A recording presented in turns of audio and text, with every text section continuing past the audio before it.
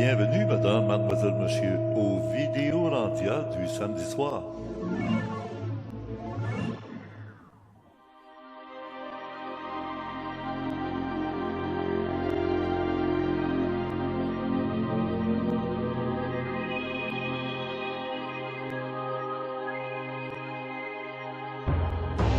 Mouton noir, mouton blanc, quelle est votre nature profonde? Diffusion en première sur YouTube, samedi le 13 mai 2023, ce Vidéorandia numéro 20. Conception, animation, montage, Richard Glenn, l'ésotériste du Nouveau Monde qui vous parle. Discussion avec Pierre-Charles Dubreuil, chroniqueur, ciné, télé, livre du futur qui nous parle que ça rejoint le présent.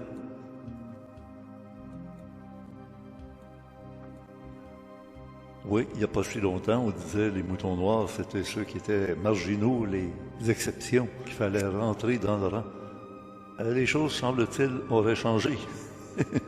Oui, alors c'est un complément à tout ce qu'on se dit déjà depuis plusieurs semaines. Bonne émission.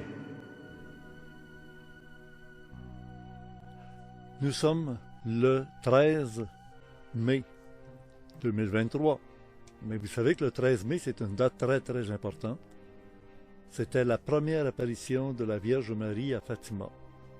Et elle est revenue comme ça le 13 de chaque mois jusqu'au mois d'octobre. 6 fois. Et la dernière, au mois d'octobre, vous vous souvenez, le grand miracle qui s'est produit. Le soleil est passé sous les nuages, il tournait, et puis il pleuvait depuis le matin, puis tout d'un coup, hop, la pluie s'arrête subitement. Tout est asséché. Des gens qui souffraient de certaines maladies ont été guéris sur place, instantanément. Alors, on avait affaire à des Elohim, à des extraterrestres, à des anges. Choisissez. Aujourd'hui, je pense que avec encore une fois, on revient sur le sujet des Elohim, des extraterrestres et des anges, avec Pierre-Charles Dubreuil, qui, vous le savez, est un raélien invétéré. Ça veut dire qu'il n'y a rien à faire, il est convaincu, il est sûr, il n'y a aucun doute. Alors, il croit qu'il ne faut pas croire, sauf croire à elle quand il dit « lui est le messager des Elohim ». Bonjour Pierre-Charles. Bonjour, bonjour. Alors, j'ai parlé avec notre ami Mélule de la semaine dernière, que tu m'avais fait rencontrer et connaître pour l'émission. Lui est très content de l'émission. Même s'il sait que j'ai gardé certains éléments parce qu'on a fait 2h30 d'enregistrement. Et c'est disponible dans le Club créé pour les abonnés du mois de mai avec M. Léon Ariel Mélule, rabbin raélien. Et là, il y a des éléments encore plus controversés. Mais avec toi, Pierre-Charles, je sais que tu es un grand voyageur. Ton bateau est à un port, c'est comme des bateaux là, qui viennent de Nassau, au Bahamas. Hein, comment est-ce qu'ils appellent ça? Un paradis fiscal. Fait que les gens qui veulent investir dans un bateau de croisière, ils investissent dans le bateau de ce bateau. Puis le bateau, il est où? Ben, il est installé à un paradis fiscal qui s'appelle Nassau, la capitale des Bahamas. Je ne suis pas sûr que c'est la capitale, mais en tout cas, c'est un grand port aux Bahamas. Alors oui, c'est l'histoire de notre monde qui est un peu comme sur un bateau, un vaisseau, comme on dit un vaisseau spatial, un vaisseau sur l'eau, puis la planète est comme un vaisseau dans l'espace. Et on sent qu'on passe à travers une tempête. Actuellement, là, ça sent encore là, les gros nuages sombres à l'horizon, puis qu'est-ce qu'ils vont utiliser comme technique pour embrigader tout le monde dans un troupeau. Puis comme on le voit dans le magazine Nexus de ce mois-ci, qui vient d'arriver au Québec, tout le troupeau est des moutons noirs. Puis il reste seulement un mouton blanc. C'est lui qui dérange. C'est lui le complotiste qui ne croit pas qu'il faut se faire vacciner, qui ne croit pas que tout le monde va suivre est la règle à suivre, parce que, mais lui, il est resté pur sang. Les autres ont tous été vaccinés, les autres ont tous été noircis par toutes sortes de... Puis là, moi, j'ai eu l'audace de dire à M.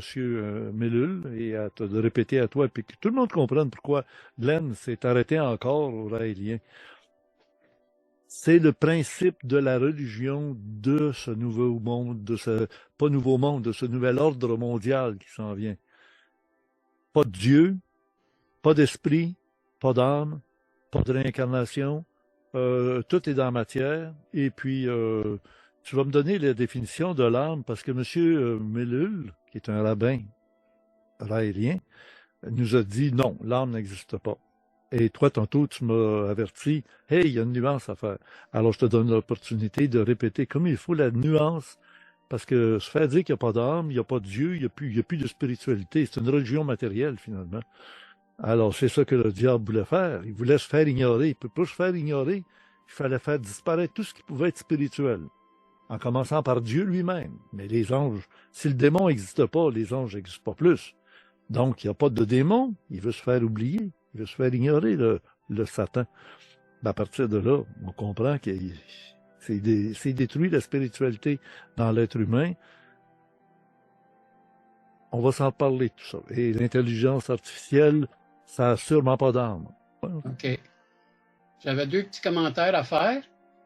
Un, quand tu dis « je suis 100% raélien », par principe, je préfère dire 99,9.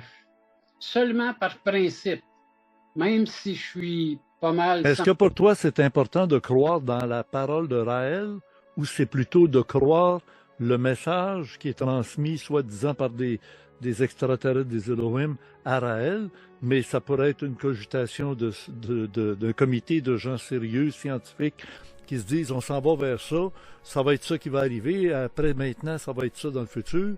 À partir de là, tu n'as pas besoin de Raël. Tu n'as même pas besoin des extraterrestres, tu te dis c'est de la futurologie, c'est de l'évolution normale ou la progression qui va faire qu'on va vivre ce qu'ils disent.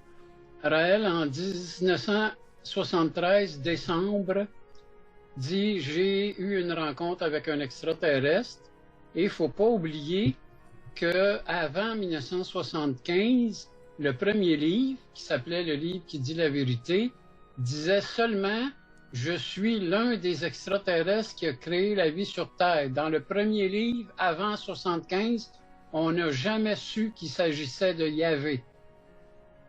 C'est seulement lors de la deuxième rencontre en 1975 que là, il a dit « Mon nom est Yahvé, je suis le président du Conseil des Éternels », d'une part. Ensuite, pour répondre à ta question sur l'âme, effectivement, il y a un chapitre dans le 3e livre de Raël, « Accueillir les extraterrestres ». Il y a une question qui dit « Vous dites ni Dieu ni âme, mais est-ce que d'une certaine manière, votre façon d'expliquer le clonage pour atteindre la vie éternelle, c'est pas une façon de parler de la même chose? » Et c'est un peu vrai. Parce que lorsqu'on dit il n'y a pas de Dieu, en fait, ce qu'on dit, c'est que la traduction du mot hébreu Elohim par le mot Dieu est une supercherie. Donc, c'est dans ce sens-là qu'on dit il n'y a pas de Dieu. Mais moi, je fais souvent un peu rire les gens en disant il y a quand même une phrase dans la Bible qui dit « Malheur à ceux qui disent il n'y a pas d'Elohim ».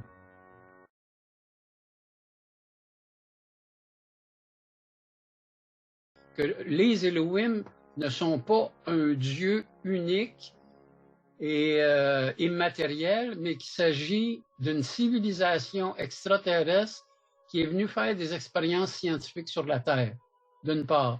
Ensuite, l'âme. Quand on dit il n'y a pas d'âme, encore là, c'est une question de traduction. Dans la Bible, ce qui est écrit, c'est « Et Elohim insuffla un souffle de vie à Adam, et il devint une âme vivante. » Ça, c'est la traduction en français. Donc, une âme vivante, c'est dire que tout notre être est inséparable. Il n'y a pas un esprit d'un côté, puis un corps de l'autre. Le tout ne fait qu'un. Et l'âme, ce qu'on a appelé l'âme chez les anciens, c'est ce que nous, aujourd'hui, on appelle le code génétique, l'ADN. L'ADN, c'est ce qui nous anime. Le mot âme veut dire anima. Donc, notre ADN, c'est ce qui nous fait vivre. C'est grâce au plan de l'ADN qu'on a pu être un être humain et non pas un oiseau ou un arbre. Et comme je t'ai déjà dit, que le mot ADN, eh bien, ce sont les lettres A, D, N, et qu'en hébreu, le mot Seigneur, c'est le mot Adonai. Mais Adonai, c'est un pluriel, curieusement, et ADN, ben, c'est les initiales de notre ADN, notre code génétique. Alors, c'est quand même une curiosité, disons. OK, parce que le tétragramme, comme tu dis, Yod, He, Vav, He, c'est celui-là qui a créé le fameux mot Yahvé, que d'autres appellent Jéhovah. Et il y a 2 jours, j'ai rencontré des témoins de Jéhovah qui sont dans le parc juste devant le Mont-Saint-Hilaire, de l'autre bord de la rivière Richelieu. Ils disent qu'ils vont être là tout l'été. Alors, si vous voulez avoir des discussions avec des témoins de Jéhovah, ils vous attendent sur le bord d'une colonne, puis ils sont là avec tout le poster, le papier, puis le petit livret, là. Témoins de Jéhovah, donc, ils sont des témoins de Yod, He, Vav, He. Puis Yod, He, Vav, He, moi j'ai toujours dit, c'est un peu comme 4 lettres, comme la NASA, NASA. Ça ne veut pas dire le nom de quelqu'un, c'est le nom, si on veut, générique pour une entreprise. Pour une entreprise, compagnie, mais c'est aussi pas nécessairement. J'avais fait un texte un moment donné où je faisais référence à Star Trek, et puis au lieu de dire USS Enterprise, téléporte-moi, j'avais dit Yahvé, téléporte-moi. En voulant dire, c'est le nom du vaisseau, le USS Yahvé. Oui, c'est ça. Mais c'est un peu. States Spaceship. Oui. Mais c'est aussi, je dirais, un principe en quelque sorte, plus qu'un nom personnel, même si on l'a présenté comme un nom personnel. En fait, il a déjà été dit qu'on ne connaît pas son véritable nom. C'est le nom que nous, on lui a donné. Et son nom, en fait, ce que ça signifie, c'est un peu quelqu'un qui est éternel. On a déjà eu des discussions là-dessus. Là, oui, il y a des Vav, ils traduisent des fois par passé, présent et avenir. Oui. Bon. Je suis, j'étais et je serai. Oui, plus précisément, c'est exactement comme ça qu'ils traduisent en français. Mais traduire, c'est trahir. Puis on l'a vu. Ah, ben, quand ils ont pris le mot Elohim, puis qui ont descendu, ils ont plutôt monté ça au niveau de Dieu. Wow! Il faut entendre Bernard de Montréal qui nous explique que Dieu, il y a plusieurs façons, il y a plusieurs natures, il y a plusieurs niveaux de Dieu. Puis il dit, il y a un niveau, l'absolu des absolus, ça ne nous regarde pas parce qu'on n'a pas le cerveau capable de comprendre ce que ça peut vouloir signifier. Puis le plus bas des dieux, qu'on appelle Yahvé, justement, ben, il dit, c'est le Dieu de la Bible. C'est le Dieu le plus bas. Puis je lui réplique, c'est parce que c'est le Dieu qui s'occupe de la matière. Ben, il dit exactement, c'est ça.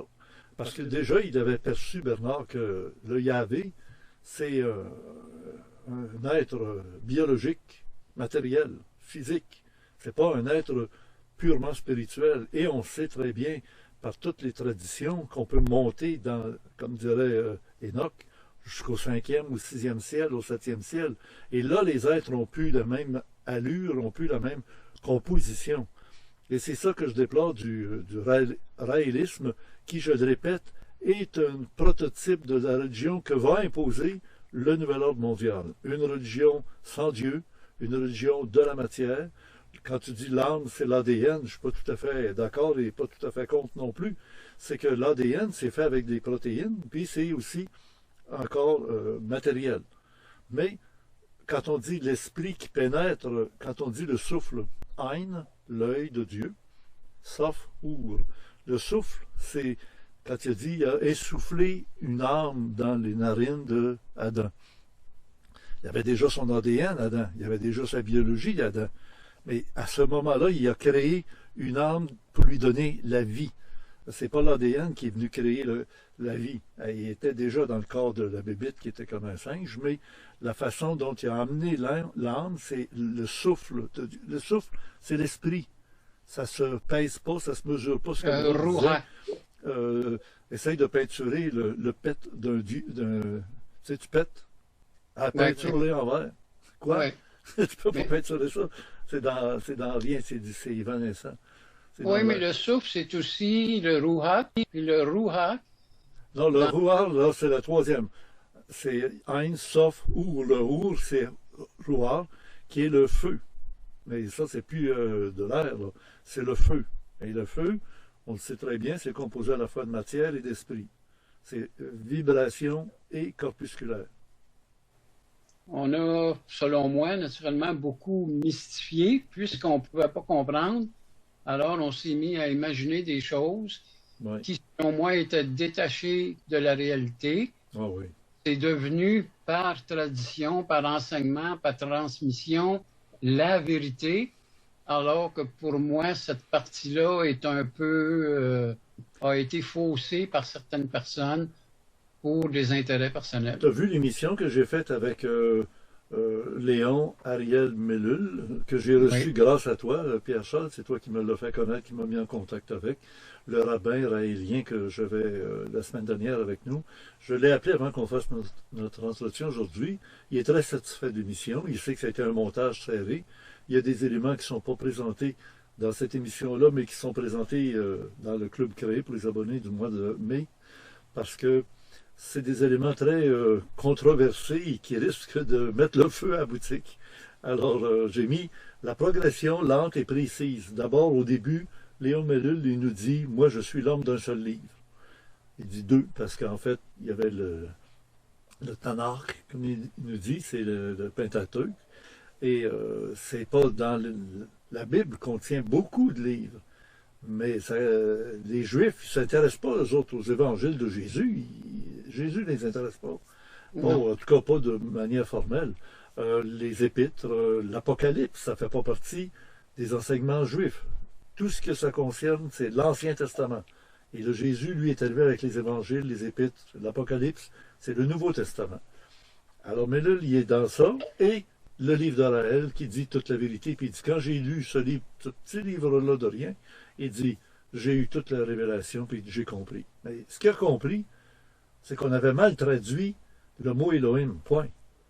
Tout le reste, ça existait déjà dans la littérature. Même le fait que ça avait été mal traduit, c'était déjà dans la littérature. Alors là, il faut croire que le gars qui s'appelle Claude Vorillon, certain qu'il a rencontré des extraterrestres qui n'ont donné aucune preuve, puis il est bien branché sur des gens intelligents qui lui apportent de l'information. Je l'ai vu vivre au début quand il est venu au Québec. Déjà, les questions qu'il me posait, je revoyais la redondance dans ses discours plus tard. Il s'ajustait avec le temps, c'est un gars intelligent. Mais là, le nouvel ordre mondial va nous arriver avec un Messie qui va être à la fois le Mahdi des Arabes, le Maitreya des Orientaux, et tout ça, Raël, il ramasse, hein, il ramasse large. Lui, là, il ramasse tout. Il dit qu'il est le frère de Jésus, qui est aussi le Mahdi des musulmans, et il est au Japon, il est le Maitreya que les bouddhistes en particulier attendent comme une oui. révélation du ciel. Alors que le Jésus a dit, je dois partir pour vous envoyer un jour l'Esprit de vérité, le Paraclet. Et je reviendrai. C'est pas le même.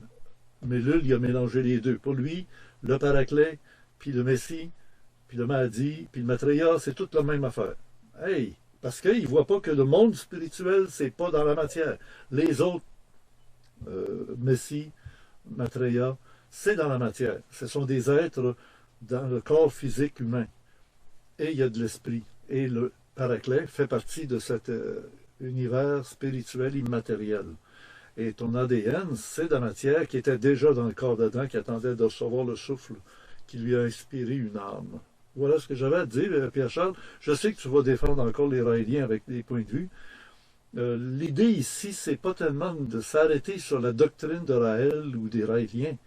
C'est surtout de prévoir et de se prémunir des événements qui vont être imposés à l'humanité. Et puis, quand on dit, on va retomber dans les temps de la guerre contre les chrétiens, il va y avoir des persécutions.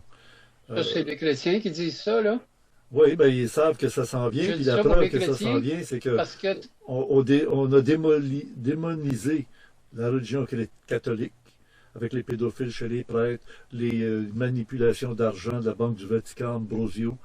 On essaie de tout démolir, les principes religieux, on veut les démolir. Comme ça, le diable va passer inaperçu. Parce que s'il n'y a pas de spiritualité, le diable étant de nature spirituelle, ben, si on n'y croit plus aux bons esprits, ben, le mauvais esprit n'existe pas plus. Alors, il va passer totalement inaperçu, puis il va avoir le plus beau jeu qu'il n'y a pas, surtout quand on ne peut pas se référer au monde spirituel parce qu'on ne prie pas. Ça ne sert à rien de prier.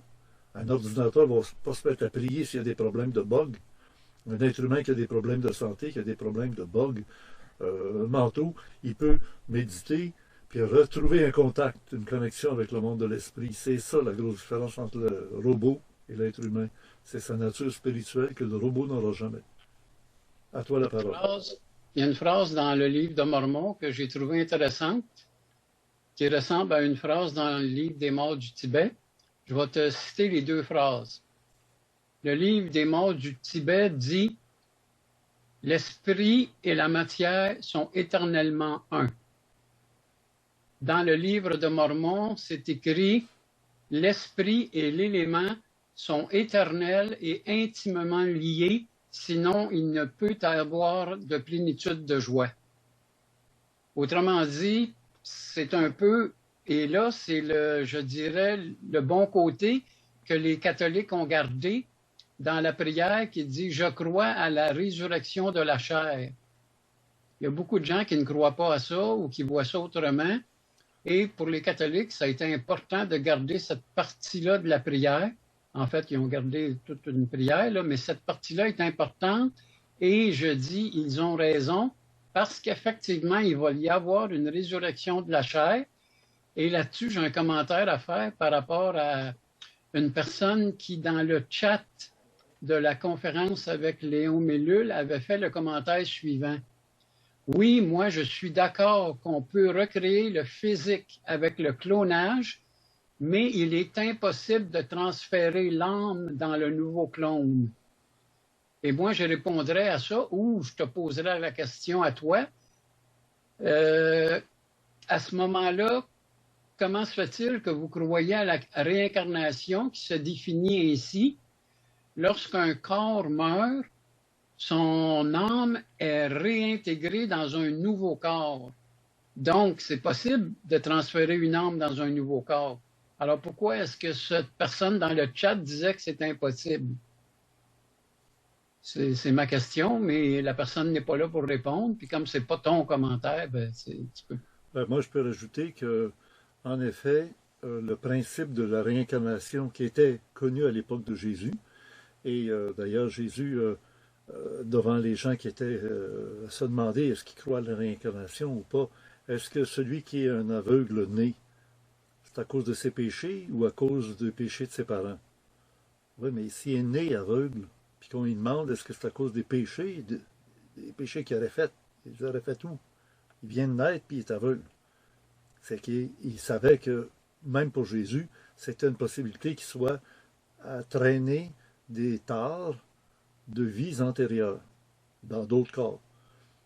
Alors oui, il y avait un principe qui est connu dans à peu près toutes les religions, que l'être humain qui... J'ai demandé à Mellul, j'ai dit, écoute, si quelqu'un vit 9 semaines, ou 4 semaines, puis l'autre qui vit 90 ans, où est la justice immanente pour dire, il mérite d'aller au paradis, au ciel, être parfaitement heureux, et de l'autre côté, l'autre qui a fait 4 semaines. Ça n'a pas été compliqué, puis bang, tout de suite, il est rendu au ciel, lui aussi. Il y a quelque chose. Maintenant, quand tu fais le lien entre la vie éternelle, l'âme et le corps sont liés éternellement, dans le sens que ça va rester éternellement, tout le temps. C'est ce qu'on dit d'ailleurs. Mais il y a eu un début à ça, c'est-à-dire le moment où il y a eu un corps qui a été créé, prêt à porter une âme. Et il y a une autre, il n'y a pas d'âme, mais il y a une vie. On pourrait appeler ça une âme, le simple fait qu'il vit. Un chien a-t-il une âme? Oui, il a une âme animale. Est-ce qu'une plante qui vit a une âme? Oui, elle a une âme végétale. C'est pour ça que les chamans sont en communication avec ces niveaux-là, pour communiquer avec les âmes des différents niveaux. On appelle ça de l'animisme, justement. Ben oui, c'est ça, les âmes. On communique avec les âmes à différents niveaux. On n'est pas avec des cerveaux, puis avec des langues françaises, des langues anglaises, des langues latines, avec des animaux ou avec des plantes. Mais tout ce qui vit a une âme. Et à partir de ta vie, tu accumules des expériences. Et ces expériences-là sont accumulées dans l'âme mémoire. Dans l'âme mémoire. Et ça instruit aussi Dieu. Parce que Dieu qui a laissé aller la création en disant « Allez, multipliez-vous », puis vous dominerez sur toute la nature, vous allez être le roi de la planète. Arrangez-vous, parce que lui-même observe encore, il est toujours l'œil, le Ein, le Dieu ultra-Dieu, le plus haut niveau. Il n'y a pas celui qui vient intervenir dans les affaires de l'être humain.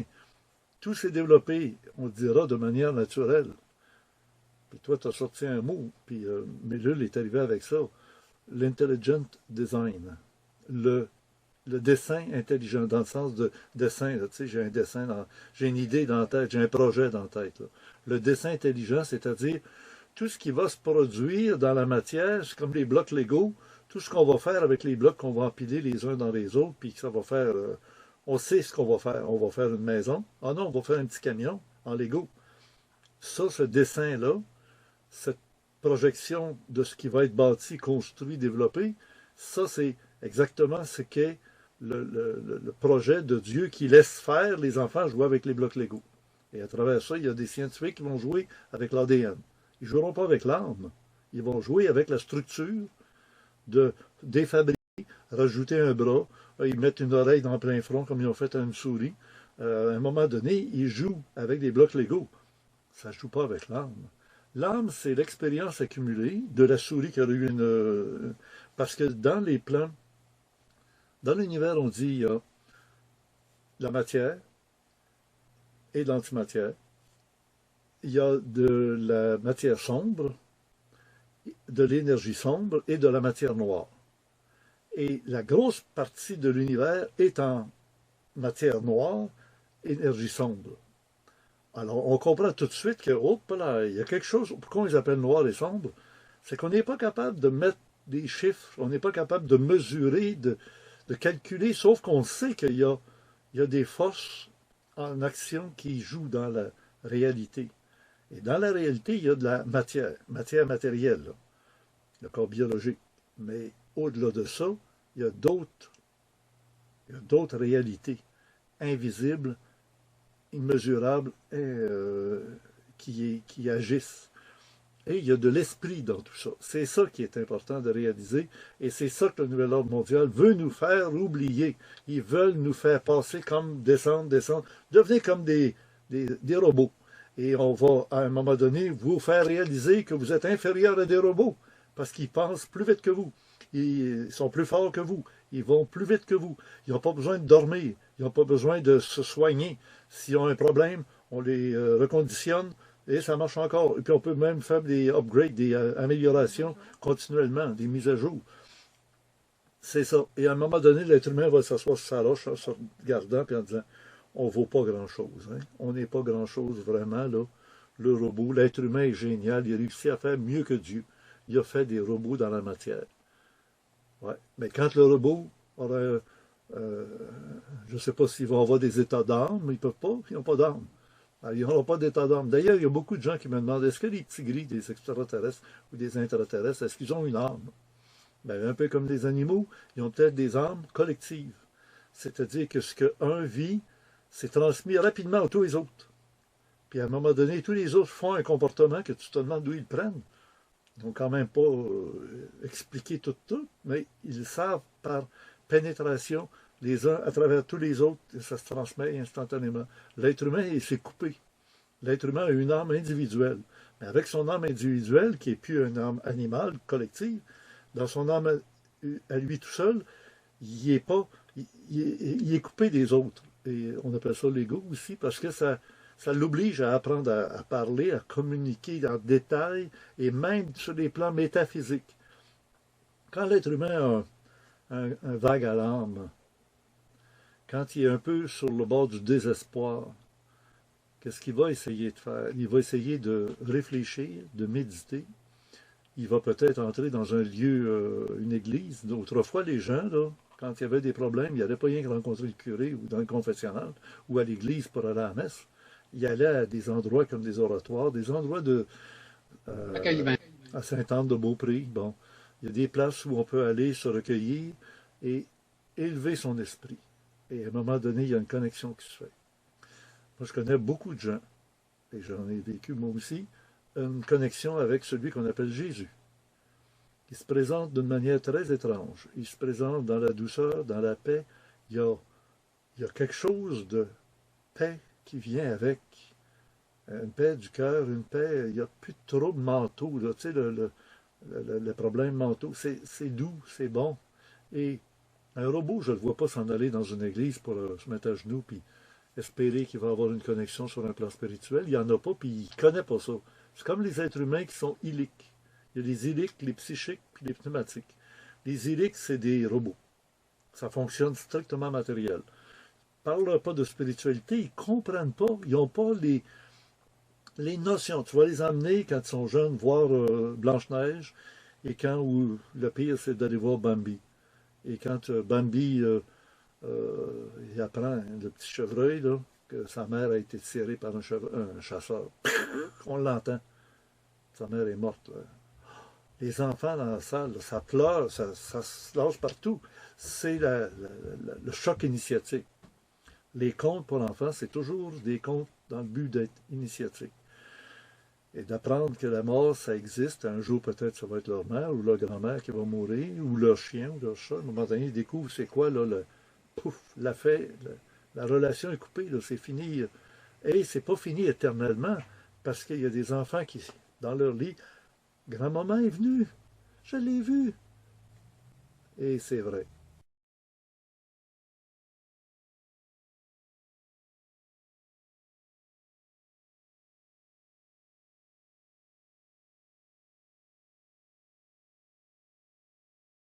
Alors, moi, l'explication que j'avais, Oui. c'est, je l'expliquais un peu par une possibilité de télépathie jusqu'à un certain point, parce que il y a, je me souviens d'une émission en particulier, on amène un enfant devant une maison, et puis là, il dit, je me souviens de la maison, mais la personne qui l'amène devant cette maison, c'est un adulte qui connaît cette maison. Donc, l'enfant est peut-être très sensible télépathiquement, il capte les pensées de l'adulte, et puis l'adulte, je me souviens dans le documentaire en question, il passe un petit peu la maison, puis comme l'enfant ne réagit pas, il recule, puis là, tout à coup, l'enfant dit, ah, je pense que c'est ici. On voit qu'il y a un lien entre l'adulte et l'enfant.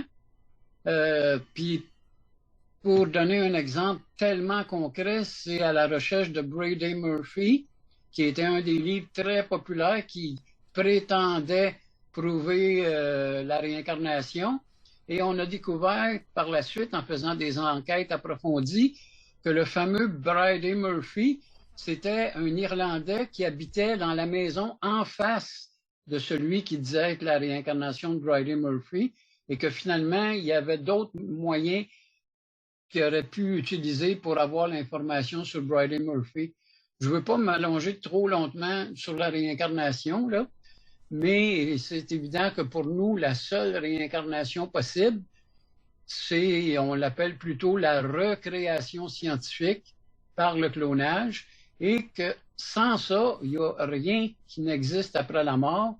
Tout ce que vous êtes, que vous croyez qu'il y a un esprit ou non, tout ça, ces atomes-là retournent à la Terre, comme dit la Bible, tu viens de la poussière du sol, tu retournes à la poussière du sol, et ça prend la science des Elohim pour pouvoir recréer le physique en suivant le plan de notre ADN et en récupérant ce qu'on a appelé notre personnalité, notre mémoire, notre être, qui, eux, ont une technologie pour réinjecter ça dans le nouveau clone qui vient d'être fait, comme on peut transférer un ancien programme dans, peut-être pas le programme, ça c'est plus compliqué, là, le monde le savent, là, que il y a des codes puis tout ça, on peut pas transférer un programme en tant que tel, mais on peut transférer des données d'un ordinateur à l'autre.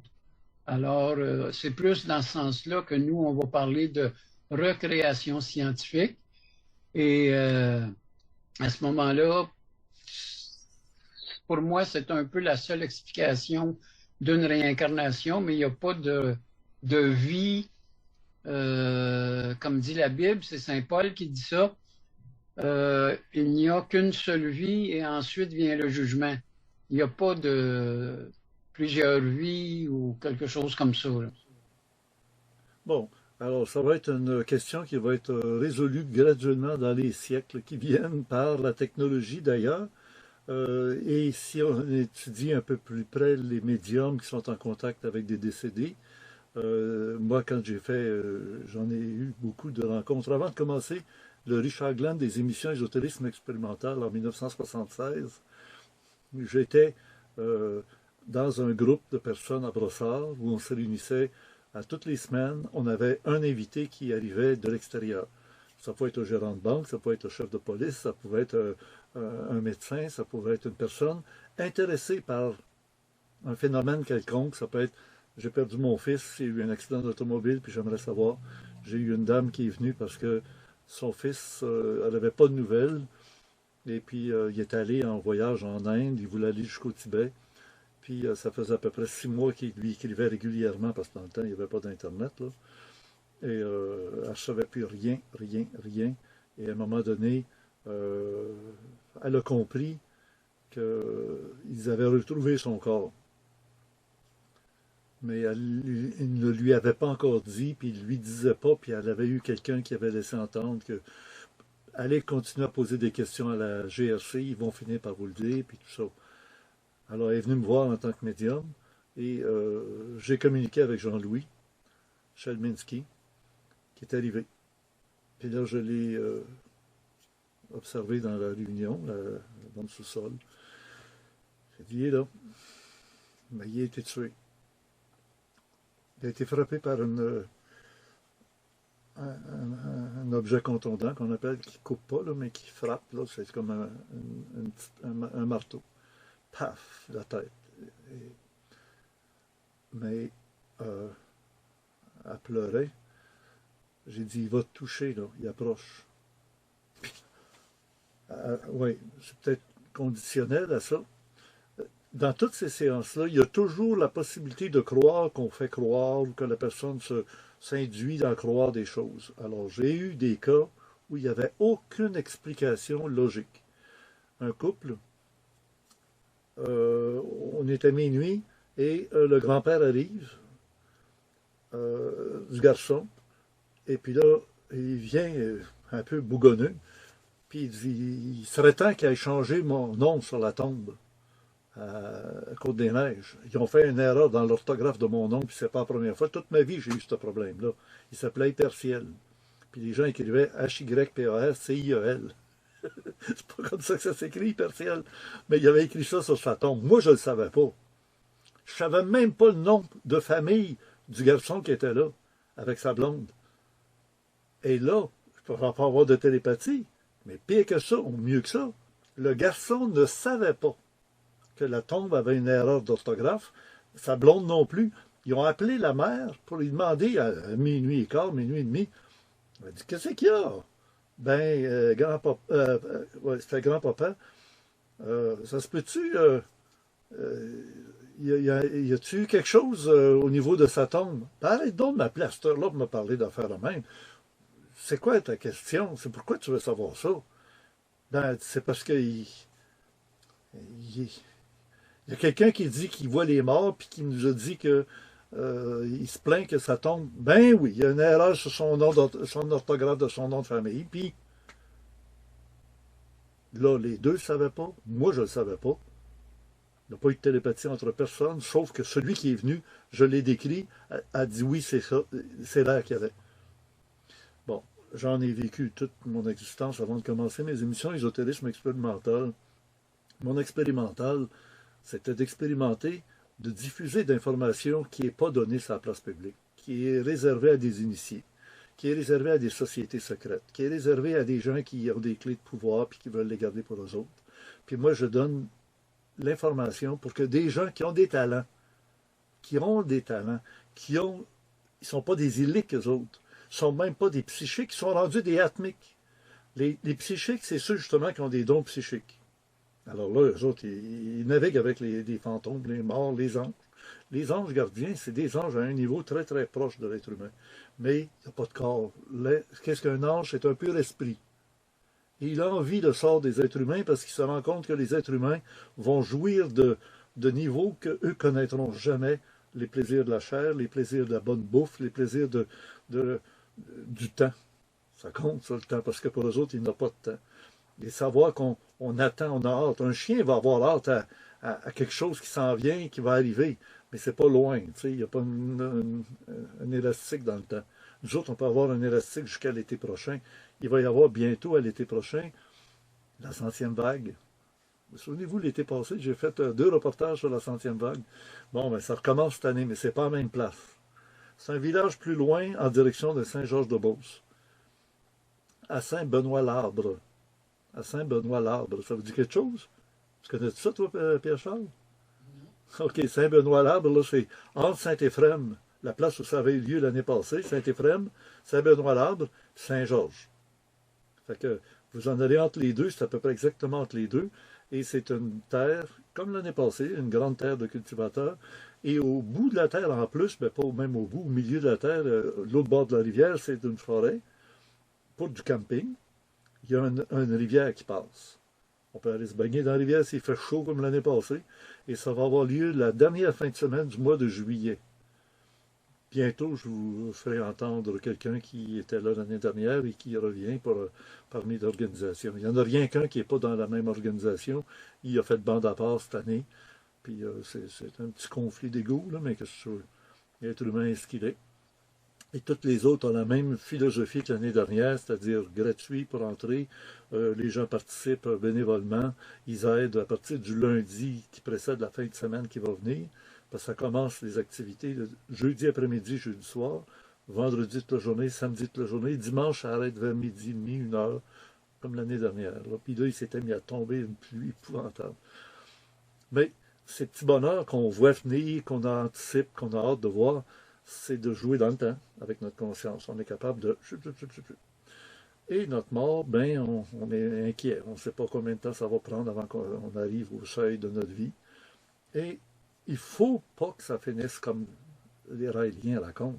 Si tu n'es pas baptisé, qu'on n'a pas fait un prélèvement de ton os frontal après ta mort, tu ne seras pas réincarné sur une autre planète et tu vas t'en aller en poussière et tu retourneras à la poussière. Il ne restera rien parce que tu mises rien que sur la poussière, c'est normal.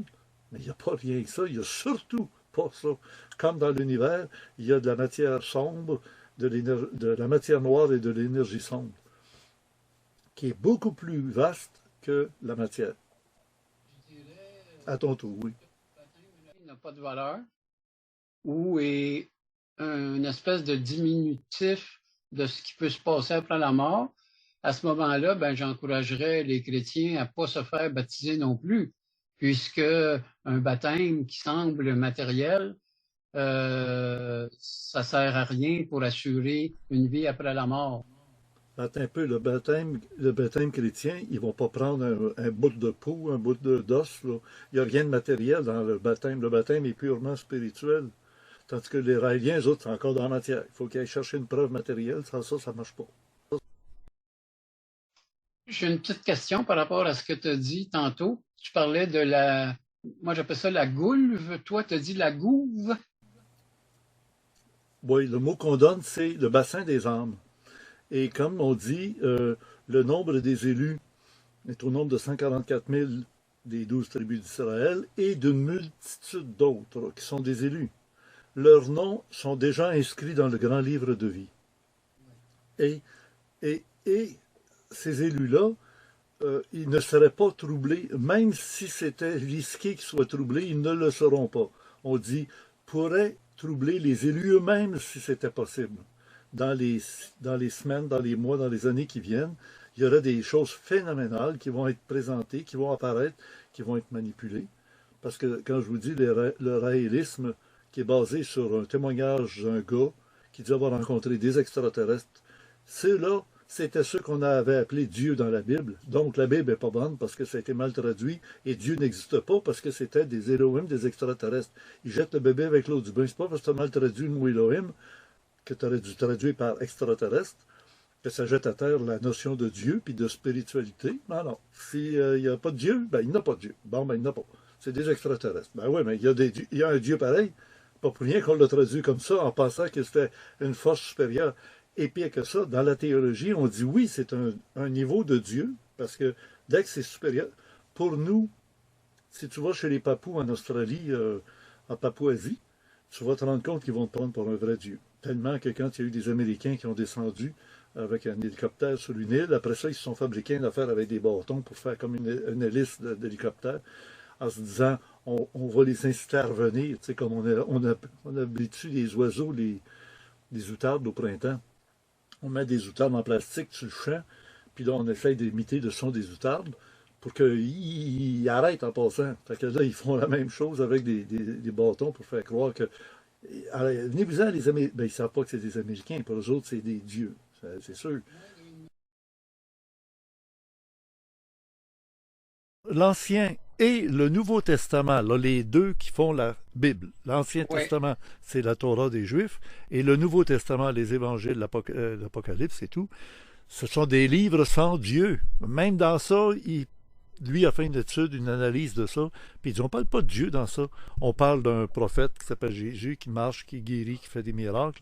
Puis de l'Ancien Testament, on parle d'un peuple qui se promène dans le désert, qui trouve la terre promise, qui sort d'Égypte et puis qui est guidé par Moïse. Puis il y a encore des miracles, des phénomènes extraordinaires, les plaies d'Égypte, mais aidé par les Elohim. Et il Oui. rencontre le chef des armées des Elohim qui s'appelle Yahvé. Yahvé.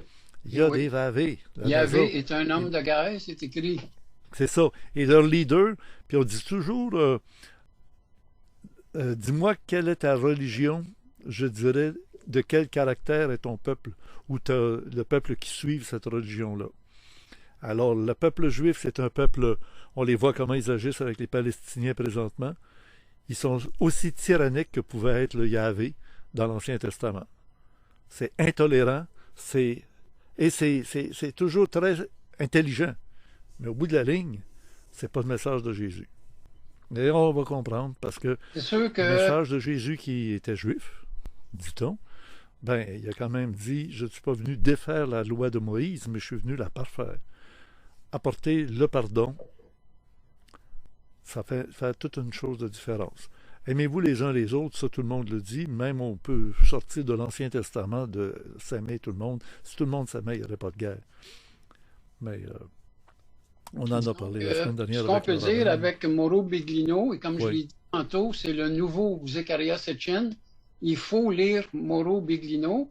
Sinon, nouveau Zecharia Sitchin, il faut préciser pourquoi. Et des extraterrestres, sans parler de Mauro Biglino, aujourd'hui, on est en retard, je dirais. Il faut se mettre à jour. Aujourd'hui, c'est Mauro Biglino qu'il faut lire. Oui, pourquoi tu dis qu'il est comme Sitchin? C'est l'équivalent de Sitchin en ce sens que, tout comme Sitchin prétendait interpréter les écrits des Sumériens, même s'il a été énormément contesté par la suite, Mauro Biglino, lui, traduit en fait littéralement les écrits de la Bible et il dit lorsqu'on est honnête, obligé d'admettre qu'il n'y a pas de Dieu dans la Bible.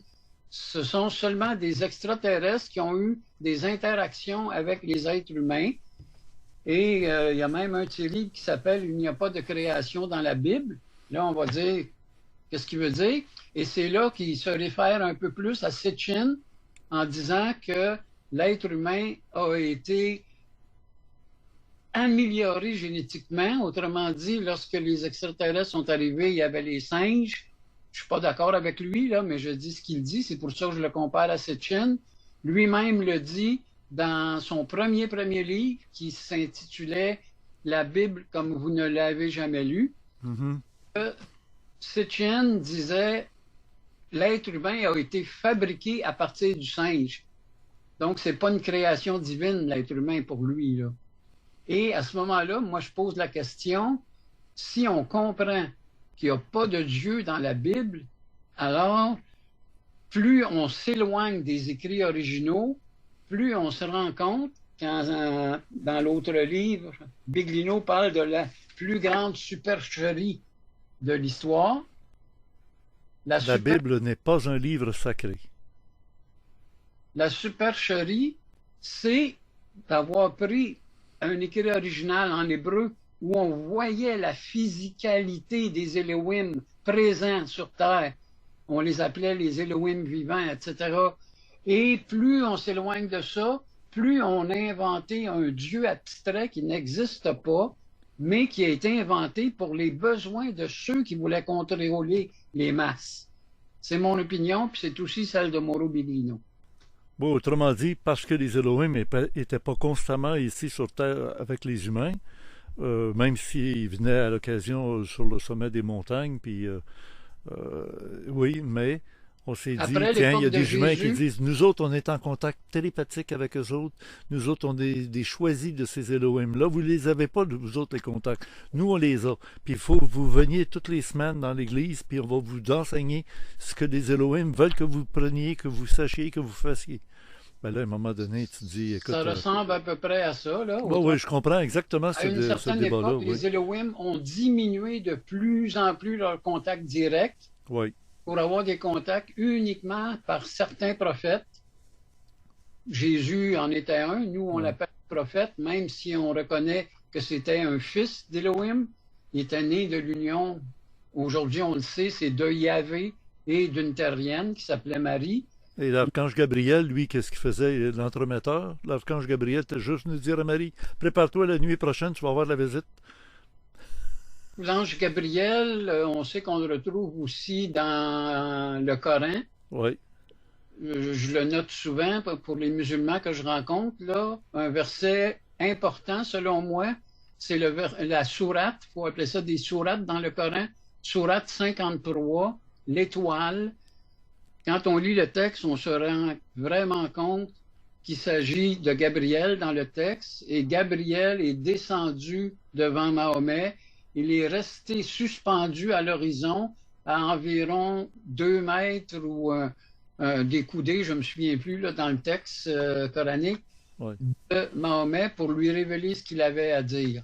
Alors, on voit que c'était un engin volant qui est atterri devant Mahomet et qu'un personnage qui dit s'appeler Gabriel, c'est possible, a parlé à Mahomet. On le retrouve dans le livre de Daniel. C'est encore Gabriel qui parle à Daniel, si on lit le texte, là.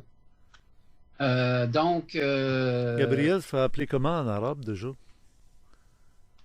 Ibril, Ah Ibril, oui, ok. je pense, je ne suis pas certain, là, je peux me tromper, Oui, oui. c'est Ibril. Mais plus on lit, puis aujourd'hui, il y a de plus en plus d'auteurs qui nous font comprendre que les écrits sacrés, en fait, ne parlent que de contact avec une civilisation extraterrestre, peut-être plus qu'une, peut-être une qui était divisée entre elles, c'est possible. Lorsqu'on entend parler des combats entre Enki et Enlil, il y avait peut-être deux personnages qui n'avaient pas la même opinion. Comme moi je dis souvent, on compare Enki à Yahvé et Enlil à Satan. Et qui est Satan pour les Raéliens? Quand tu dis que Satan, son jeu, c'est de disparaître, de faire comme s'il n'existait pas, il existe bel et bien chez les Raéliens. C'est le chef de l'opposition sur la planète des Elohim. Le président du Conseil des Éternels, c'est Yahvé. Et le chef de l'opposition, c'est Satan, qui a testé Jésus, qui a testé Job. Et quand on lit le livre de Raël, il a même testé Raël à un certain point. Et c'est quelqu'un qui a toujours été contre la création d'êtres humains biologiques à l'image des Elohim. Il a dit, lui, créer des animaux, des plantes, ça ne me dérange pas. Mais je ne veux pas que vous créez des êtres à notre image. Peut-être qu'à l'époque, il se disait, on ne sait pas si ça va marcher. Puis d'ailleurs, qu'est-ce qui est arrivé lors du déluge? Pourquoi le déluge? Pour ceux qui pensent que ça n'a jamais existé, là. Eh bien, ce qui est arrivé, c'est que Satan a fait des rapports en disant, regardez votre humanité que vous avez créée, là. Ils passent leur temps à s'entretuer. C'est une création ratée. Moi, je propose le vote pour qu'on détruise cette création-là. Et à l'époque, Satan a gagné le vote. C'est pour ça que le déluge a eu lieu, qui n'était pas un déluge d'ailleurs, mais qui était vraiment une destruction massive par des armes semblables à des bombes nucléaires. Et pour les gens qui disent que Dieu ne change jamais d'idée, c'est quand même curieux que dans le texte, Yahvé dise « Je regrette d'avoir créé l'humanité, je me suis trompé ». C'est assez bizarre là, pour un Dieu qui est supposé tout connaître, avoir fait ça Avec la perfection, oui, la perfection qui se trompe, là. Et puis le fait Mais dis-moi donc, en dehors de la table, ça c'est vrai que pour décider du sort de Job. Tu sais, l'histoire de Job qui était très riche, qui avait une belle famille, des beaux enfants, il avait une fortune, il manquait de rien, puis il adorait encore Yahvé. Mais là, Satan l'a tenté en lui disant, une minute là, enlève-y ses enfants, ses femmes, toute la fortune qu'il a, tu vas voir qu'il va te taillir, il va cracher sur toi. L'autre, il dit non, je suis sûr qu'il est correct, le gars. Ben, il est resté correct, Job. Oui. Fait qu'après, Comme Satan a dit, aujourd'hui, ouais, je reconnais il est correct, ce gars-là. T'en as trouvé un qui était correct. ben Alors là, oui. Dieu, pour le remercier, Job, il a donné encore plus de, de Ben oui, bénéfices à puis tout ça. quand on lit le Mais dis-moi une récit, chose, il était à table, Satan, avec les autres quand ils ont discuté du sort de Job. Mais attends une minute, là, je te pose la question, là. Est-ce qu'il n'y aurait pas d'autres niveaux que le niveau de guerrier? Ils étaient tous là avec le chef de toute la tablée, c'était Yahvé, le chef des armées. Écoute, c'est un plan de guerre, autrement dit, là. Tout le monde est en train de discuter sur les sorts de la Terre, puis avec toi, tu as créé la gang qui est là-bas en Terre de Mue, toi, tu es l'Atlantide, toi, tu es. Bon, puis là, OK, ben lui, là, bon, minute. Il n'y a, pas d'autre niveau au-dessus de ça.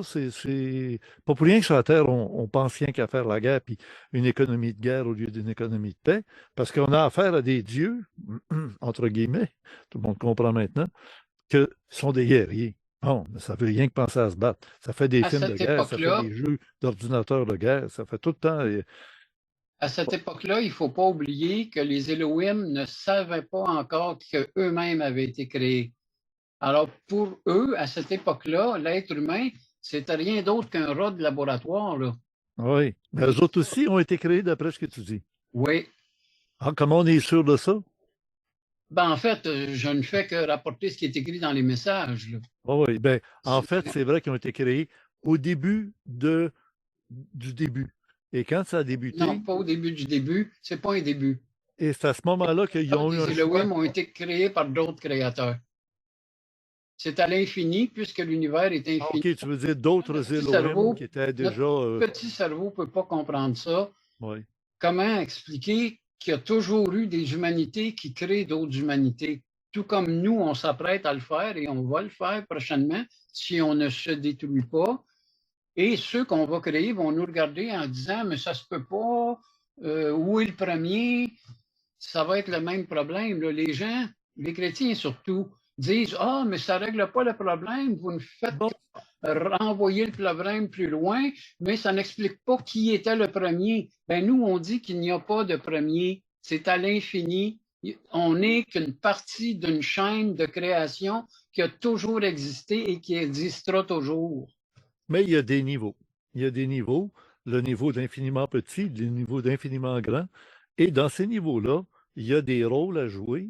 Il y a l'étape où on est dans le plan hominal. On ira dans un plan angélique, on ira dans un plan supérieur, extraterrestre, etc. Mais tout ça est proportionnel à ton niveau de ton apport constructif, positif. C'était dans un niveau destruction, détruire, comme les diables. Les diables, diable, ça veut dire diviseur. Le diable. Oui, diviseur, mais diabolos, il y a aussi l'accusateur. Oui. Puis Dont je parlais tantôt, l'avocat, lui, voici ben, c'est le Satan, paraclet. Puis le paraclet, l'accusateur c'est de le vos contraire de frères. l'avocat. Oui. Puis On se le, comprend. ça. Alors, devant tout ce qu'on se dit, puis on achève l'émission aujourd'hui, puis Charles, puis je suis content. Non, c'est important qu'on se parle parce que je le sais, on va avoir à affronter des apostasies, on va avoir à affronter des reniements de religion ou de spiritualité. On va, on va rentrer chez vous si on voit que tu as une image, un crucifix ou quelque chose d'image sainte, que ce soit, comme tu disais, de n'importe quelle religion, que ce soit une image sainte musulmane ou on sait que les musulmans ne font pas d'image de Dieu avec un visage. Jamais. Il est blowé, là, tu sais, là, De Mahomet, oui. il est flouté, comme on dit. Oui, oui, oui, oui, oui. Mais pas. Alors, alors, on va le vivre, ça. Ils veulent jeter à terre complètement la capacité à l'être humain d'être spirituel. Et là, je vais donner, attention, dans 5 secondes, je donne une information qui ne court pas les rues, qui est encore plus grave que tout ce qu'on entend dire de bombes atomiques, puis de persécutions, puis de tout le reste. Vous êtes prêts? 4, 3, 2, 1, 0. Ils travaillent très fort dans les laboratoires pour être capables de récupérer l'âme des êtres humains. Ils se disent que si l'âme, c'est en même temps un lien avec la conscience, et c'est en dehors du corps biologique, comme l'a dit Mario Beauregard dans ses travaux, il est arrivé à un rapport extrêmement sérieux, appuyé par beaucoup d'autres scientifiques et des expériences et des vécus. Alors, c'est ça, l'être humain a quelque chose qui est en dehors de sa biologie et qui est sa mémoire, sa conscience, et ça nous donne la qualité de l'être. Et ils essaient déjà, et c'est pas pour rien qu'ils ont besoin de beaucoup, beaucoup de victimes. Ils prennent du monde, là, tu sais, là, les...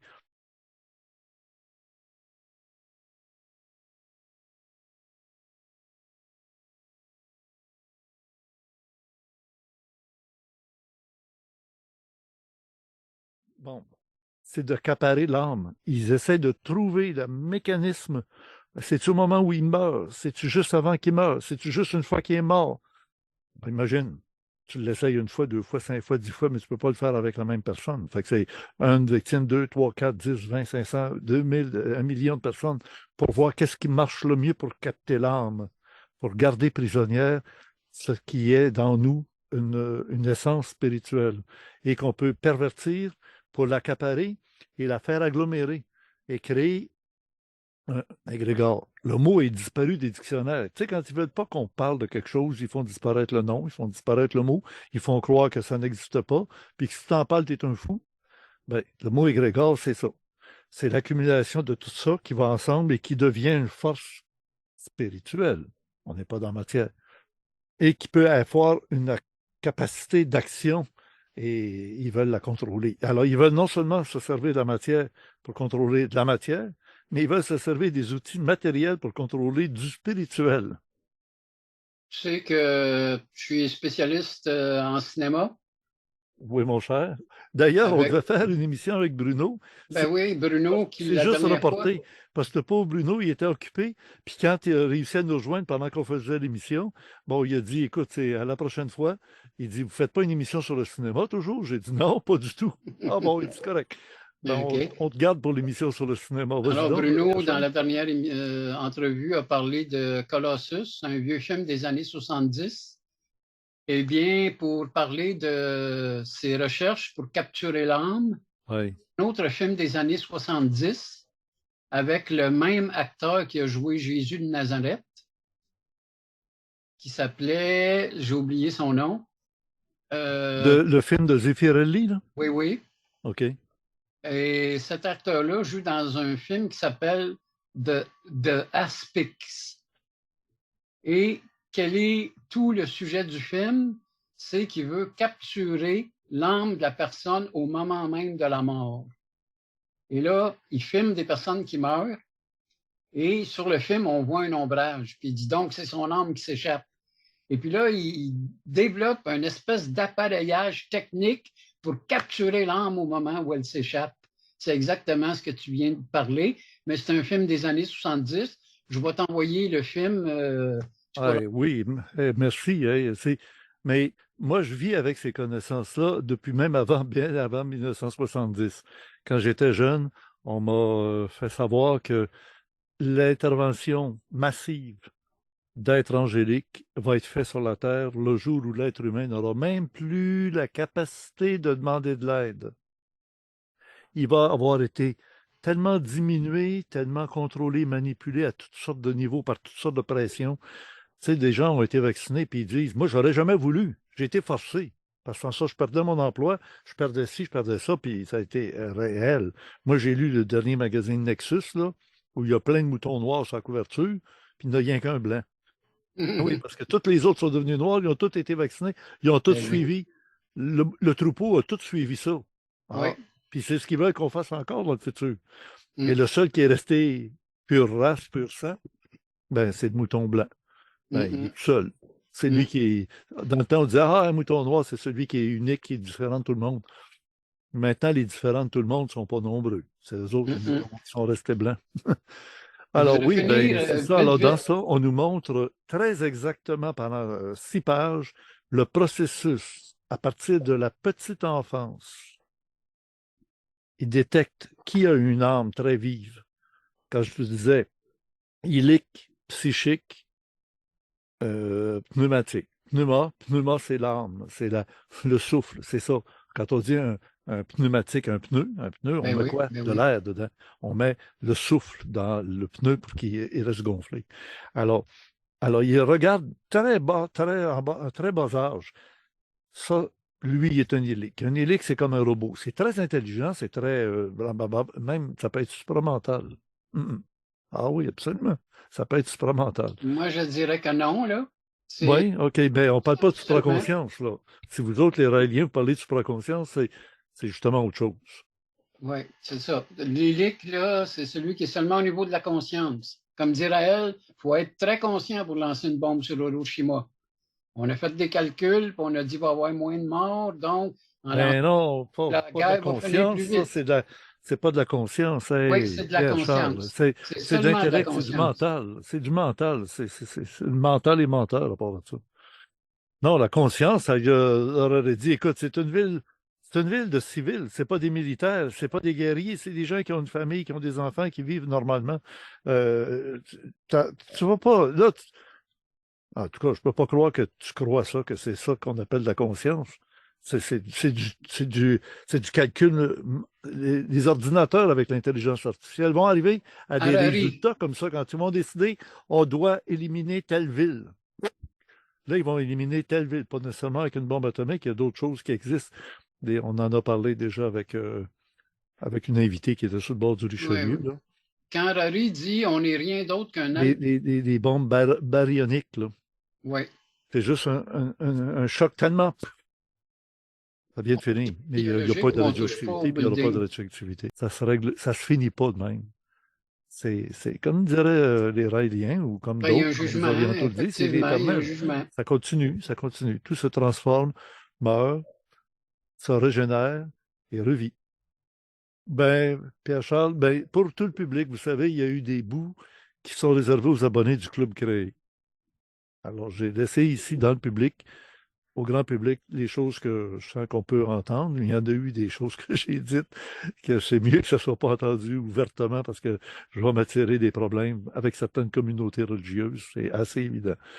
Mais on arrive dans des temps de révélation. On embarque, on comprend.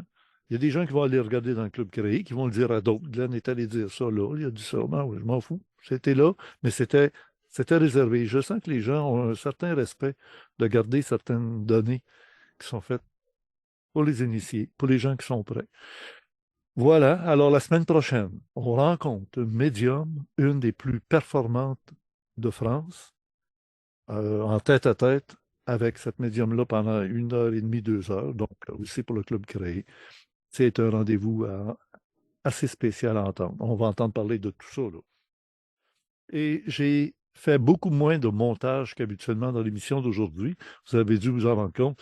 À part des livres que Pierre Charles nous a montrés, on les a vus, là.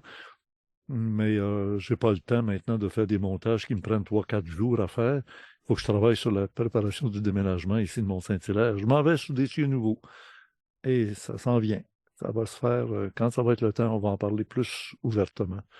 Mais on comprend que c'est un grand moment de se déménager d'une maison quand ça fait 43 ans que je suis dedans. Et c'est le studio de télévision, c'est les bibliothèques de livres, c'est la technologie qui a passé à différentes étapes. À une époque, on a des grosses caméras grosses comme ça. On est rendu avec des petits téléphones cellulaires, ça fait la job parfaitement. Ben, merci de votre attention. Merci d'être abonné au Club Créé. Vous ne manquez rien quand vous allez dans le Club Créé. Surtout, allez écouter et lire les compléments de Gilles Surprenant. Il rapporte toujours. Toi, tu regardes les compléments. Oui, oui, oui, oui. Ça arrive même que je regarde les compléments avant d'écouter l'émission. Oui. Là, tu vois si ça vaut la peine de regarder l'émission. Presque, presque. Oui. Ben, moi, je vais te dire, j'en apprends toujours avec Gilles. Ah oui, c'est Toi fascinant. aussi? Moi aussi, ben oui. Ah oui, Je suis plus capable de le faire avec mon arthrite, là, mais longue vie et prospérité. Live long and prosper. Yes, sir. Bon, ben moi, je vais en faire les deux pour faire la tienne. Et le fameux chien, hein? Ah, c'est le Shin. Et Oui. où il avait pris ce symbole-là, c'est qu'on disait à la synagogue, il ne faut jamais lever la tête quand les prêtres font les simagrées, là. Ben, c'est un peu comme à l'Église Jamais catholique, lever la quand on disait tête. le Sanctus, Sanctus, il ne fallait pas regarder. Il fallait Ouais. baisser la tête pendant qu'il levait l'hostie dans les airs. Et Sanctus. Léonard Nimoy, il avait levé la tête et il avait vu les prêtres faire ça des deux mains Oui. comme ça. Puis il Ils s'est finissent avec le triangle. faire le, le symbole vulcain. Oui, oui. Ben, c'est beau. Alors, les vacances s'en viennent. Préparez-vous Eh oui. aux centième vague, dernière fin de semaine du mois de juillet. Et moi, je suis à Verdun. Rendez-vous. Moi, Ben, je merci suis à tout le monde. Verdun. Merci à Geneviève qui va maintenant lancer le générique. Et puis, merci beaucoup, Pierre-Charles. Ouais. Fait Et qu'il est moi, à je la suis à hauteur de ce Verdun, que pas loin de j'espérais. la plage de Verdun. On a une belle plage maintenant à Verdun. Oh, il faudra aller prendre des vidéos. Ben oui, ben oui. Hey, il dit qu'il y a une belle plage à Verdun. C'est bon, dans le fleuve Saint-Laurent. À bientôt. Bye. Le supplément de cette émission sera disponible quelques jours après la diffusion en première de cette émission dans le club créé à l'adresse orandia.ca et l'émission de la semaine dernière est déjà disponible. Donc, depuis le début de l'année 2023, 3 émissions de plus d'1 heure chacune sont disponibles dans chaque salle par mois dans le club créé. Donc, les mois de janvier, février, mars et avril sont entières et déjà disponibles. Ne manquez pas de lire les compléments surprenants de Gilles Surprenant dont on a beaucoup parlé et qui apporte enfin maintenant beaucoup plus d'images et de contenu vidéo puisque j'en mettrai moins dans les montages des émissions des vidéos Orandia du samedi soir. Alors c'est à l'adresse orandia.com qu'on retrouve les compléments de Gilles Surprenant. Vous pouvez lui écrire pour l'aider même à faire des découvertes sur les thèmes dont on parle dans les émissions du samedi soir. Merci d'être abonné au Club Créé, c'est ainsi qu'on peut se permettre de continuer à produire cette émission toutes les semaines, gratuitement pour tout le monde. Un pouce par en haut, très apprécié de la part de toute notre équipe et ça ne coûte rien. C'est un rendez-vous comme ça, tous les samedis soirs. Habituellement au Québec, c'est de 21h à 22h, 22h15 et 6 heures plus tard en Europe. Bonne semaine, bonne réflexion pour notre temps et à bientôt. Bon été.